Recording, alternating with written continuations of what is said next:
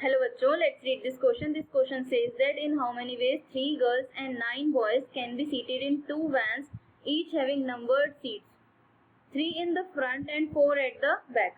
How many seating arrangements are possible if 3 girls should sit together in back row on adjacent seats? Now, if all the seating arrangements are equally likely, what is the probability of 3 girls sitting together in a back row on adjacent seats? The key concept for this question is that probability is equals to favorable outcome divided by total outcome. अब देखते हैं सबसे पहले हमारे पास information क्या क्या given है. 3 girls हैं हमारे पास और 9 बॉयज हैं. 3 गर्ल्स हैं, 9 बॉयज हैं. There are 2 vans. Let's say 2 vans हैं. उनमें सीट्स कैसे हैं? 3 in the front and 4 at the back. 3 in the front and 4 at the back. ठीक है, इन दोनों को सपोज कर लो ये 2 वैन्स हैं. 3 in the front and 4 at the back. Seats ऐसे हैं. अब हमारे पास टोटल स्टूडेंट्स कितने हैं? 12 स्टूडेंट्स हैं. तो टोटल पॉसिबल वेज, सबसे पहले टोटल आउटकम की बात कर लेते हैं. तो टोटल पॉसिबल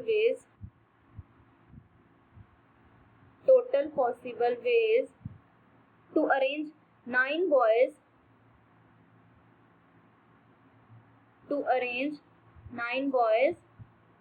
एंड 3 गर्ल्स है हमारे पास, and 3 girls on 14 seats. Total seats हमारे पास कितनी है? 3 3 6 एंड 4 + 4 8, 8 + 6 14. 14 सीट्स पे हमें अरेंज करना है 12 स्टूडेंट्स को. तो टोटल वेज, पॉसिबल वेज हमारे पास कितने हो गए?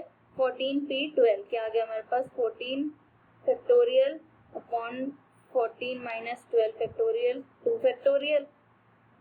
14 × 13 फैक्टोरियल अपॉन 2 फैक्टोरियल.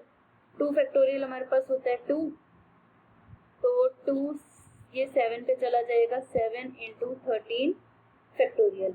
ये हमारे पास आ गए टोटल पॉसिबल वेज. ये टोटल पॉसिबल वेज आ गए. अब फेवरेबल वेज की बात कर लेते हैं. फेवरेबल वेज हमारे पास क्या आएंगे देखते हैं. फेवरेबल वेज क्या है हमारे पास? How many seating arrangements are possible if 3 girls should sit together in a back row. 3 girls should sit together in a back row on adjacent seats. देखते हैं फेवरेबल वेज कैसे निकालेंगे. अब हमारे पास 2 वैन्स हैं. ठीक है, अब हमें 2 में से सेलेक्ट एनी वैन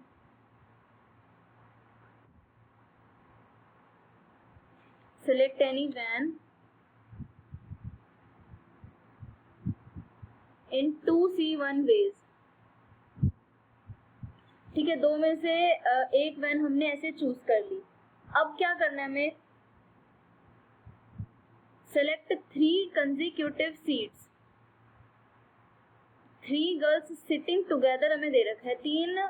3 गर्ल्स एक साथ बैठेंगी, तो हमें 3 सीट्स सेलेक्ट करनी है. 3 सीट्स को सेलेक्ट करने के लिए कितने वेज हैं? या तो फर्स्ट, सेकंड और थर्ड सीट्स पे बैठी हैं तीनों लड़कियां, या फिर सेकंड, थर्ड और फोर्थ सीट्स पे बैठी हैं तीनों लड़कियां. तो हमारे पास टोटल कितने वेज हो गए? 2 वेज. ये 2 वेज क्या है? To select 3 consecutive seat.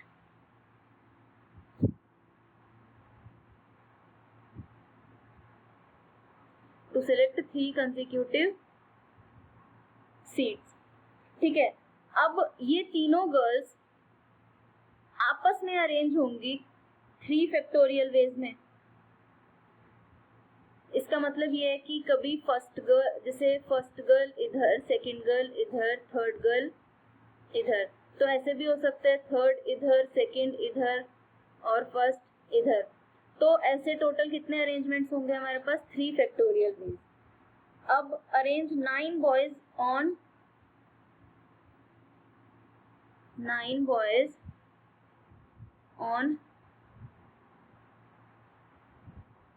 Remaining 11 seats. हमारे पास टोटल कितनी सीट्स थी? 14 सीट्स थी ना, और 3 सीट्स तो गर्ल्स ने ऑक्यूपाई कर ली। अब 9 बॉयज को अरेंज करना है बाकी हमें, तो इसके लिए कितने वेज हो जाएंगे? 11 सीट्स पे हमें 9 बॉयज को अरेंज करना है, तो 11p9 वेज आ गए हमारे पास। तो फेवरेबल वेज क्या आ जाएंगे हमारे पास?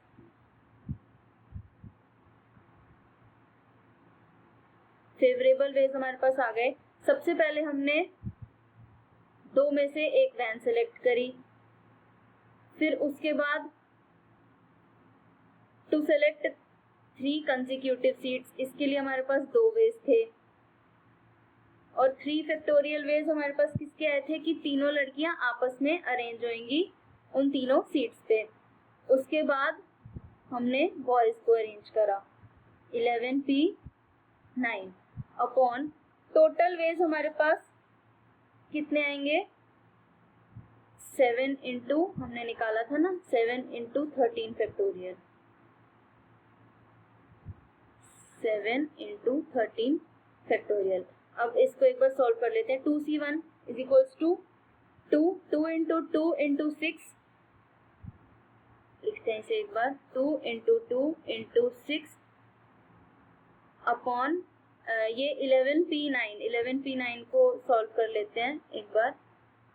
11 फैक्टोरियल डिवाइडेड बाय 2 फैक्टोरियल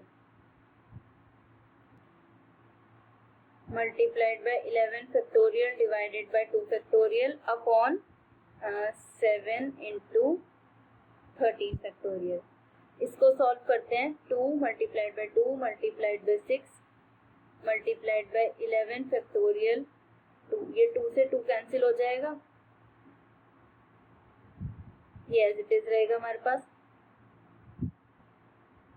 ये क्या बन गया हमारे पास? 6 into 2 12 into 11 factorial divided by 7 into 13 factorial. 12 into 11 factorial आ गया हमारे पास 12 factorial divided by 7 into 13 factorial.